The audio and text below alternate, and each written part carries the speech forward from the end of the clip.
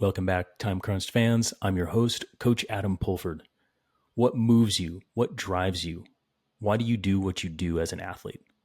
That's pretty cerebral, especially for this podcast, but I believe it's a worthwhile discussion to have for athletes because when the going gets tough or the motivation starts to evaporate, you need to go somewhere deeper than just an outcome goal to get through it. On top of that, an athlete doesn't need to be stoked on motivation year round to be successful. In fact, I'd argue letting this emotion drain a little in the off season is a healthy approach. So we're going to talk about motivation today, where it comes from, how to harness it, and how to handle it in different ways throughout the season. But it's not going to be a super polished academic sort of podcast. My guest is not a sports psychologist, nor a distinguished professor of any kind. She's a professional bike racer, a coach, and a real human that can speak to the ups and downs in life and the seasons of sport. Some people think being a professional bike racer is glamorous and fabulous. And at times it is, but much of the time it's not. So we'll cover that too. And we'll cover why it's important for listeners like you to remember that as you start setting goals for the new year. Because there's a lot more to life than podiums, TikTok, and Instagram. So without further ado, Heather Fischer, welcome to the podcast. Hey, Adam. Thanks for having me on today. For sure. So how's the off-season vibes treating you in Boulder, Colorado? It's been a pretty nice fall. We've been able to get up into the mountains a little bit, see the leaves changing up there. Been hanging out with some neighbors, doing some barbecues, living our best fall life. Right on, Heather. Well, Boulder is an amazing place to be, I would say, at all times of the season. But for our listeners who don't know you as well as I do, could you give us basically the Wikipedia version of who you are and maybe why you started bike racing? Sure. Yeah, I'll keep it short. I started racing when I was in college. I grew up here just north of Boulder in a town called Berthoud, Colorado. And I did not ride a bike. I didn't race a bike. I just ran around with my friends. And once I got going with my education at CU, I studied political science. I found the cycling team, and that's where I really started going. I had a lot of fun, made a lot of friends, discovered that I had a lot of talent for the sport and for the game. So I, worked pretty hard. I had a lot of resources here in Boulder, was able to win a national championship the year that I graduated in 2012, and that launched my professional career on the road. So I've been on I was counting this morning, I think I've been on 7 different professional programs over the years. Wow. Since 2012, and the latest being my favorite, DNA Pro Cycling. They're based in Salt Lake City, Utah. Yeah, for sure. Yeah, you've had a storied career, and for all of our listeners, going back all the way to 2012 until now, I mean, that's a long time. It's a long time to be racing bikes. It's a long time to be racing bikes at the level that Heather races. So I'm just going to get down to it, Heather. Like, what motivates you to be an athlete? What motivates you to keep on coming back year after year, racing bikes, going to the same crits, maybe throwing in a different race here and there, but like what drives you as an athlete? I think what I love most about racing is just this, like, it's a special space that you can be in, and it doesn't last for very long. Like most of the races that I do are shorter. I'm more of a crit specialist. So we'll say an hour. There's this hour, magic hour, where you get to be kind of a different person. Like, you get to step away from all the stuff that's going on in your life, and you can just solely focus on this one pursuit, on that finish line, or on your teammates, or whatever the game plan is for the day. And I think that's what I love most about it is, and that's why I keep going back. It's this really unique mental, physical space that racing takes you to. And that's what I keep hungering after. Yeah. So you find flow at the races? Sometimes. on the good days, we're in flow state, but not every day is a good day. Sometimes you're a nervous wreck. Sometimes you get in a physical wreck. But True. Yeah, that's the goal. And that's when you get those moments, like, there's nothing like it. And that's why I keep going back. Yeah, that's it. I've talked about flow states on the podcast before, but they're addicting kind of in their own self, and kind of that pursuit of the joy that you feel in flow. When you're on an amazing team like DNA, when you get it all working together and you're working together as a team, it gets super flowy, and being motivated to seek out that flow again, or kind of like chase that flowy high. So that's like what trips your trigger. Yeah, that and the adventure. Like I do go to a lot of races over and over again. Mm-hmm. And that's cool because I've been able to build relationships with either the host families that we see year after year, or the race promoters, or the sponsors of the race. And it just feels like this big traveling summer camp. And that's the social aspect that I really like. Yeah, you become a family when you're just um, traveling around as a circus together, doing that for Mm-hmm. sure. I'm going to ask you some sneaky questions, and for those listeners out there that don't know, I actually coach Heather as well. So she's not only a professional bike racer, she's a coach herself. But I do coach her, and I can corner her into conversations like this and ask her some trick questions every once in a while, because I think it's really interesting to explore it with not only somebody that I talk to on a regular basis, weekly, throughout the year, but then also getting her take on it from kind of the coaching side of things, from the athlete side of things. And also, it's going to help me to learn a little bit more too. So that gives you a little bit of background on this. So, this question I'm going to pitch over to you because I've talked about it with Jim Miller before, I've talked about it with other CTS coaches. And it's really like, where does motivation come from? Do you think that a coach can motivate an athlete, or do you think that the motivation needs to come from within the athlete? No, that's a good question. I think, of course, a coach can motivate an athlete. And I say that from experience because I think my biggest successes throughout my career have been a result of having the right people around me at the right moments. And so I think, of course, you have to put in the work and you have to make your own luck. But having those words, or having that physical or emotional support, motivation from the people around you, especially a coach, because that's a pretty strong relationship and a consistent relationship that you have throughout the season, that like I think a coach can certainly motivate an athlete. And I think there are differences, like when I put my coaching hat on, um, I have to look, and like my job or one of my goals is to figure out what kind of personality am I dealing with in this athlete. Are they someone that's going to be motivated by something that I say or something that I do? Or is this someone that's really more inward focused? And so, like, we'll allow that to happen more naturally. So, of course, I think coaches can motivate their athletes to great success, but I do believe that an individual needs to be internally motivated in order for that to happen. Yeah, it's a tricky question, but it's a hell of an answer there, Heather.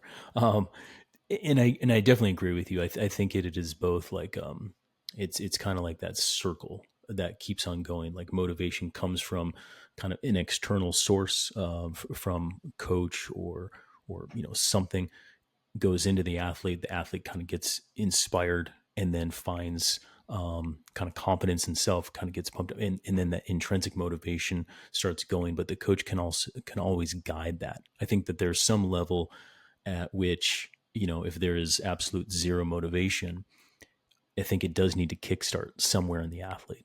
Because I can write the best training program or say the coolest quotes in the world, but if the athlete doesn't have a desire, right? If the horse just wants to lay down, I don't know if you can do much with that. And when I think about motivation, I also think about like values and self belief. And I think maybe guiding someone towards having more of those conversations, or just encouraging them to think about those things and identify what those things are for them, can help them then find motivation. Yeah, I couldn't say it better. And in that way, as we're having this conversation, as our listeners are hopefully getting some insights on how you think and how we operate, it's both. It's seeking kind of inspiration from outside yourself, cultivating it within yourself, and getting that momentum building, because you need both, in my opinion, to do this for the long term and the short term. So let's talk about the duration of that, because long term, what I think of is long term is racing your bike since 2012, right? Racing your bike for 10 years, 20 years, something like that. Or let's just say season after season, versus short term, say getting pumped up for a crit. So I'll go to you, Heather, is how are those different from you? How do you get pumped up for a twilight crit, and how is that different from keeping the fire stoked all season? Hmm. I think maybe for the short term stuff, it's being a lot more specific with what I'm doing with my time and my energy. So if I have an event that's coming up and I need to, I'll be doing specific prep for it, and that's motivating. Say I probably have to do some stuff in the gym, or I need to do some stuff with like sprint skills, and maybe I have to get some other people to help me with that. Or even an example, at the beginning of this year, I had taken the whole off season, the winter off, and then I was going to go and do Athens Twilight. And I just knew, like, it's been a while. Like, I'm really good at going through corners, but everybody gets rusty. So the few weeks before the event, I called a friend of mine who I know is really fast going through corners. And the goal was just to go as fast as we could through this tight parking lot where I wasn't coming off his wheel. So I think in the short term for events, when we're preparing, that the motivation can come from what can I do now to specifically prepare me to give my best effort on race day. And that could also be mental. Like, do I need space with myself? Do I need space with certain people in my life to get me in the right mental space? Um, so that's what I think about for short term motivation. It's like fueling yourself in like kind of a zoomed in approach. Like, we're Yeah. really looking at the details. And then I think when we zoom out and we're thinking about an entire season or an entire career of pursuing a sport, we're looking at least I look at, like, what are those bigger picture things? Like, there's going to be a time in the season where I need to focus less on my training. I need to not have so much pressure on myself. And so I need to, like, purposefully, like, allow myself that time and communicate with my people that, like, I'm checking out, or I'm going to be focusing on something else. I think when we're finding motivation for the really long-term stuff, it's looking at the balance of, like, what do I value? What do I need to keep going so that I have a better chance of getting closer to my goals? And things for me that I've looked at are the relationships. So that's like some bigger picture stuff, like what time of year. Like, I don't have much time mid-season to go spend time with my family and close friends. So when I do have those moments, when life is less busy, that's a huge priority for me, because it's going to help me in the long term when things are going really fast. So I think the long term, bigger picture motivation stuff, like, you got to figure out what is it that you need, what really, like, is exciting for you. Is it spending more time on your bike and going on adventure rides, or is it doing silly things with your friends? And then also realizing, like, there is going to be a time in the season where there's going to be less of that, and it's going to be more of a narrow focus, and just giving yourself, like, good planning is a big part of the recipe for success. So Couldn't agree more with that. And I think while you were talking, some of the thoughts I had is like the plan in we call it an annual plan, as we kind of craft where we want to go, where we want the athlete to go over time. And I would overdo annual plans at some point in my career. Then I kind of underdid them. And now I find like I spend an adequate time on that, meaning start really well and map out where we want to go. So the roadmap is there. Stuff always happens, you know, and we need to pivot and navigate when that stuff happens. And we'll talk about that in a second. But when you have that map, both you and the athlete, when something happens, you can come back to that. And I think that's what's pretty crucial from a planning standpoint. And if you're a self-coached athlete, I would still encourage you to sketch out where you want the season to go. It could be a full year. It just could be like 8 months until that transition phase. And you take that break, but that's going to be part of the plan too. Additionally, what Heather was talking about getting pumped up for a race or getting prepped for a specific something, it's really like kind of follows the general principles of intensity. Okay. So throughout the whole season, you're doing a lot of endurance work, a lot of base work, and you're training to train, as I say. And kind of doesn't matter. It's just like a slurry of intensity. But as we get into that race mode, we need specificity of racing. And that's usually high intensity, skill work, high speed work. And that's what Heather was talking about. Because once she does one or two of those sessions, the brain starts to light up again. You get that muscle memory coming back of how to move on the bike. And that can also cue motivation. It's like, oh, it's crit season. Time to go. Right? Or speed intervals or VO2 max. It ignites those systems that I think gives you energy, gives you some motivation in that way, as opposed to maybe December, January, where it's just, I'm just zone twoing, just going along. It's not super motivating, but it's also like relaxing too, because I can just go out on long fall rides in Boulder or wherever you are and kind of enjoy the process of that plan that you mapped out. Okay. So yeah, really, really good answer on that. And I think too, that's when it all goes smooth. It's when it all goes swimmingly. But I think we can get some perspective on when shit happens, and shit always happens, even to the best of us. So Heather, can you tell us about some poopy seasons and how you were able to navigate that? Anything from concussions to French teams to support networks and anything else that you want to throw in there? Mm-hmm. Well, French teams are not poo-poo. French teams are really fun. I agree with that. But yeah, I've certainly had my fair share of low moments. And I think it's fun to talk about like the beginnings, because I went on my first trip with USA Cycling in 2013, and I went to the spring opener at Newsblad. And then I did a bunch of other races like in that same block, in that same part of Europe. And I didn't finish a single race. And so Rough. it's funny looking back, because that's a great question. Like, wait, why did I not quit? How did I keep going? Like, what?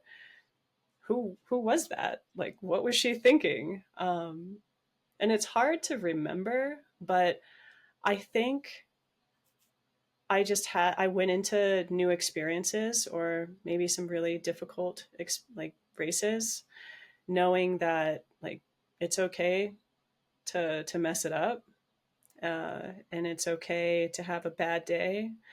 But man, like not finishing a single race that whole block, like that was hard to deal with. I think I really only got through it because I made a really close friend with one of my teammates on that racing block, and we just had a ton of fun.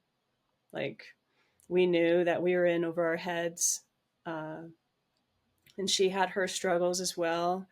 I think I broke 5 shifters in one of my blocks over there with USA Cycling. There was a this is pretty funny. There was a bet going on, like how many bike parts I would break in this season at the service course. So like, is that where the nickname Heather Smash potentially comes from? you got it. All Ding right. ding. Yeah, people Ding, ding, think ding. that Heather Smash is because I was just came out smashing things, but I did. I smashed Yeah, you did. myself. I smashed my Yeah. equipment. Like that, it was a self-deprecating joke. That nickname Smash, and I think it's an important part of my story, because like going and having that really like galvanizing experience over there in Europe, like I came back to the US and did the tour of the Gila, And I was just like, no one would mess with me. I knew exactly where I needed to be. I was a really dependable teammate. I was smashing in a good way, like not crashing, but like being a real good professional athlete. So I think, for coming back to your question, like how do you stay motivated in those really low moments, those tough times? I think it helps to have a friend. It helps to have some humor about the situation. I think in the end, like the only thing I control on a bad day is my attitude. So, like, if I can get a good handle on that and, find some type of positive, some type of thing I can learn from the bad experience or the extremely embarrassing thing that I just did, then I can come out of it and be better for it. And then it gives me a better chance for those good days later on.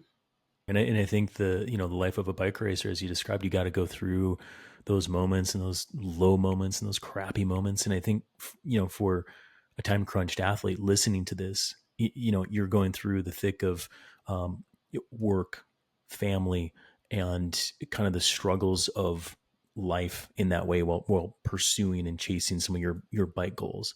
And oftentimes, like the people I ride with and some other like masters athletes, they think that the bike racer life is what they want, right?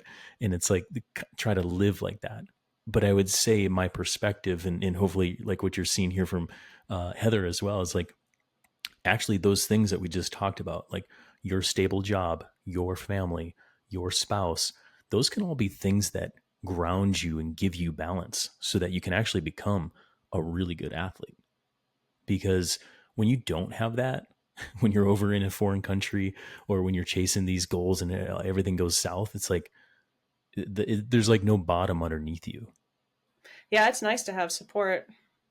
My whole point in that is like, again, like I said in my intro, is a lot of people view professional bike racing as kind of something else, and it's not.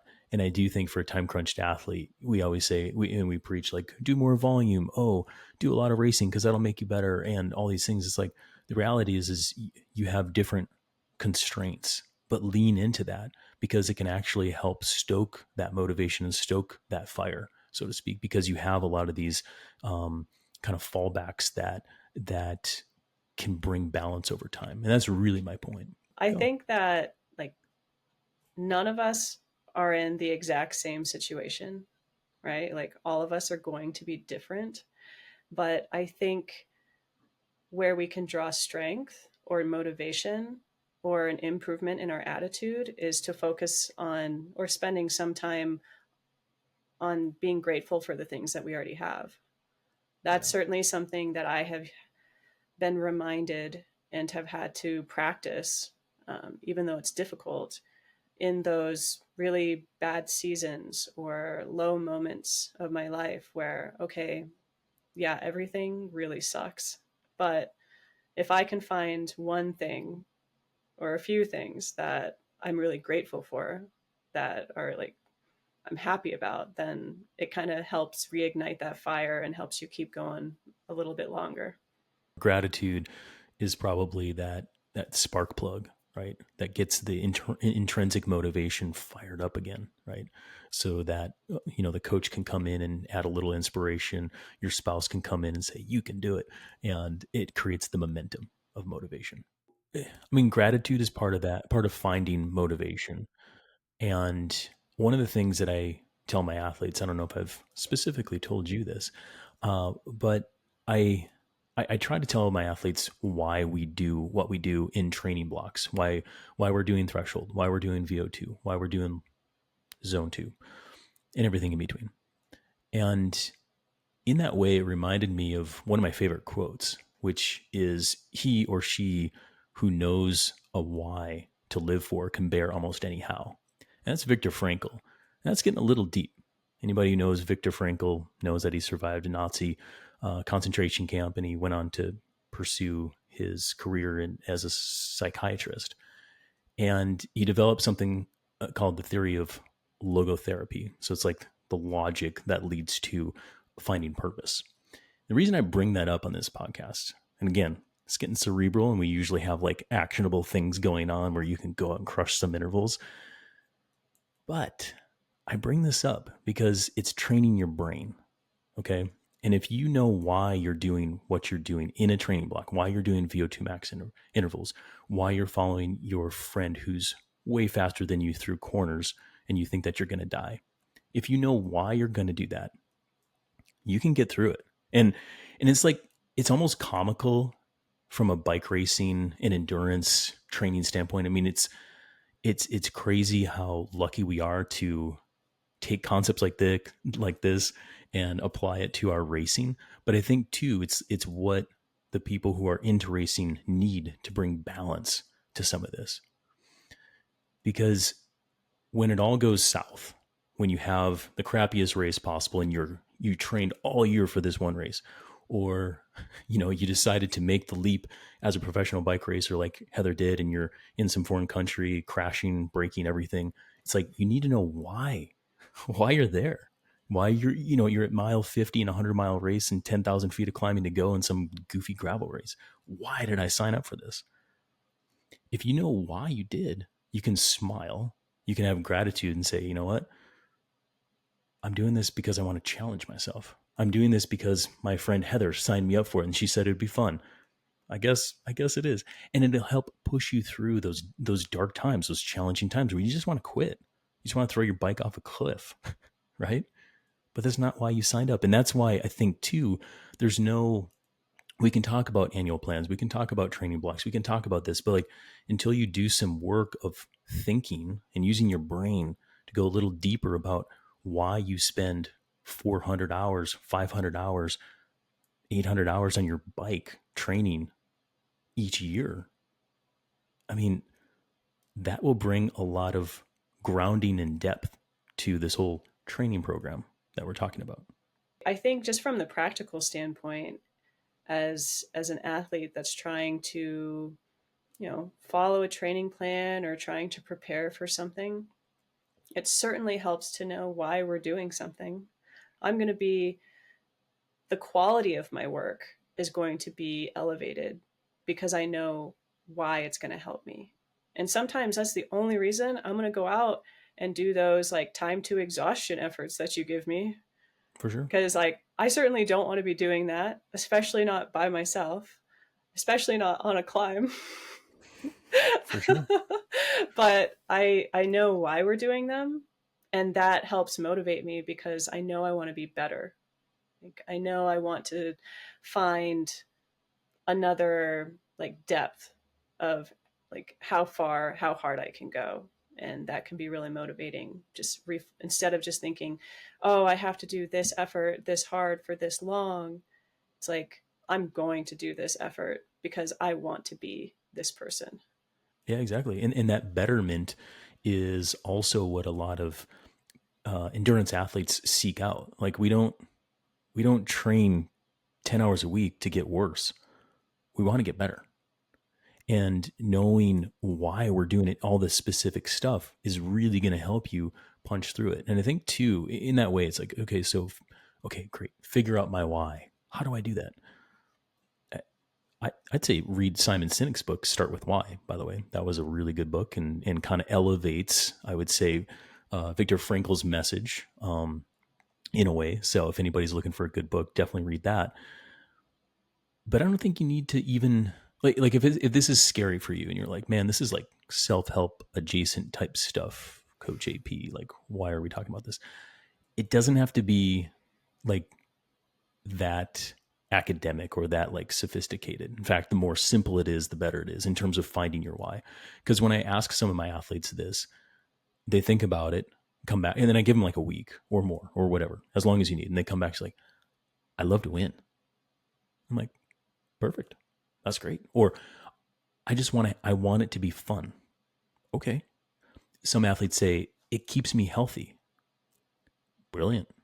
And those simple things, because if you're trying to lose weight, if you're a master's level athlete and you have a desk job and you don't really move a whole lot, but cycling, it like motivates you and gets you out and gets you training 10 hours a week, that's going to help you live longer, have a higher quality life. And when it's going to give you more fitness, when you're more fit, everything's more fun. And all of these like very simple things are actually pretty hard to do when you put them into action, because I love to win. Winning, Heather, I'll put it to you, is winning easy or statistically probable in your sport? Well, for me, no.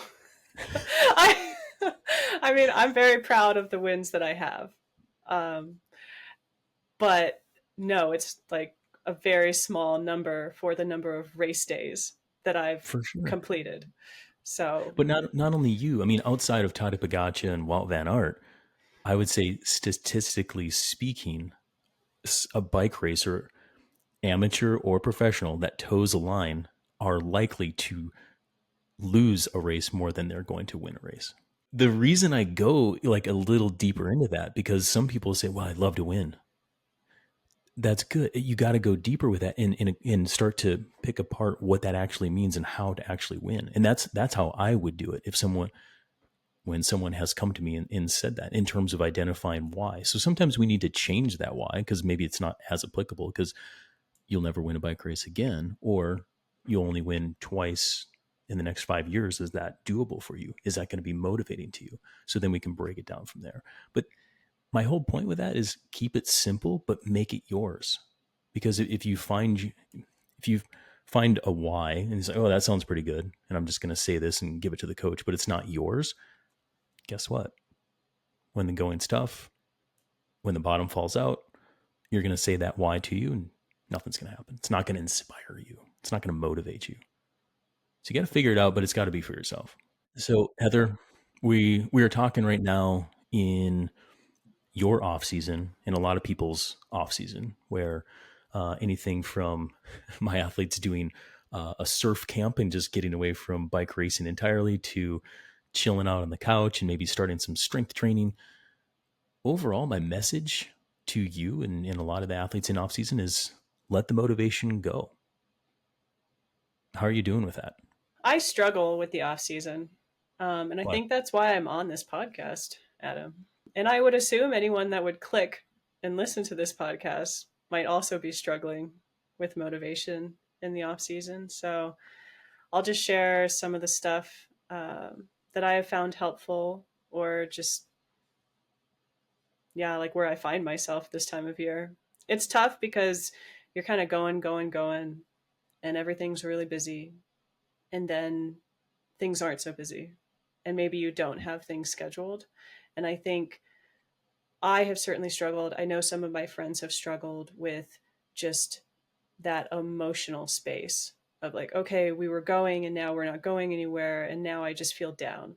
Like I just feel sad or out of it, or Mm-hmm. like I'm just drifting in the wind. Like, so um, I'm prone to feel that way. Like I definitely am like either 100 miles per hour or zero. I like to go from like doing everything I can to then I just want to sit on the couch, and it's really hard for me to get off the couch and get doing something again.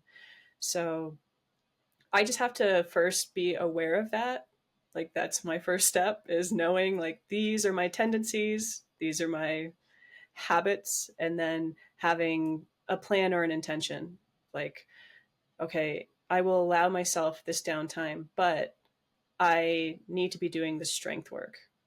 Like there's a certain, like you do need to take some part of the season where there's a different focus to your training, especially if you want to be faster. I think if you want to keep doing the same thing all season long, that's fine. And I think a lot of people are happy doing that.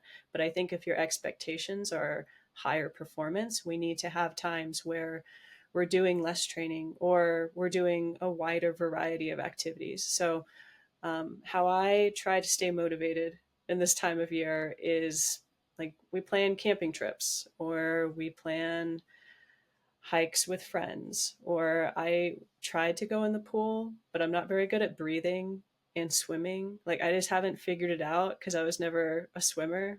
But this time of year is always like I try to get into the pool. I'll do it once or twice, and then I really don't like it because I can't breathe and I'm just swallowing a bunch of chlorine water. and someone they look at me like I need help. So I just try to do different things at this time of year, and that has helped me. But I'm not going to lie, like I always struggle at this time of year. Like mentally I struggle, and like socially I struggle because all of my social connections are out on the road at events with friends, and then you come home and you're like, "Wait, I haven't maintained anything here." So, it's tough. Yeah, it's tough. And I think a lot of people can resonate with that. Just that type A sort of personality, the all in or all out sort of mindset. I have a lot of athletes like that. And in a way, it's special because when you're all in. And all the energy, all the focus goes into that one thing. And whether you're a CEO or an emergency room doc or some high powered lawyer or a professional bike racer, whatever the case is like, great, that's a strength of yours. I'm not really like that. Like I'm very okay, like drinking coffee, staring at a wall and slowing down. That's pretty attractive to me personally. But in a way, it's like whatever you're not good at, you need to get better at it in order to kind of have some balance and then kind of crescendo and build better for the next season. Okay. Like Heather, you heard her talk about climbing hills, right? Or being slow, like slowing down and resting. Like we work on those things now so that they're less of a limiter later. And I think in this space and time for people who have, race seasons and they're always out there and they're pursuing all the next races and stuff. And when you don't have something on your calendar, that's really uncomfortable. I just need to get something on my calendar in order to like get my brain aligned. It's like challenge yourself with that. Go several months without putting something on the calendar. Be okay with it.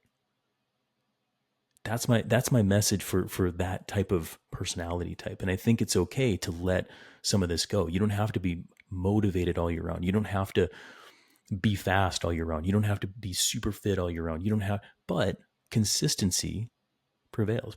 Consistency is really good. So when Heather's talking about some of these habits, right? We're keeping her going with all these like different things. It's just not riding her bike 15 hours a week, right?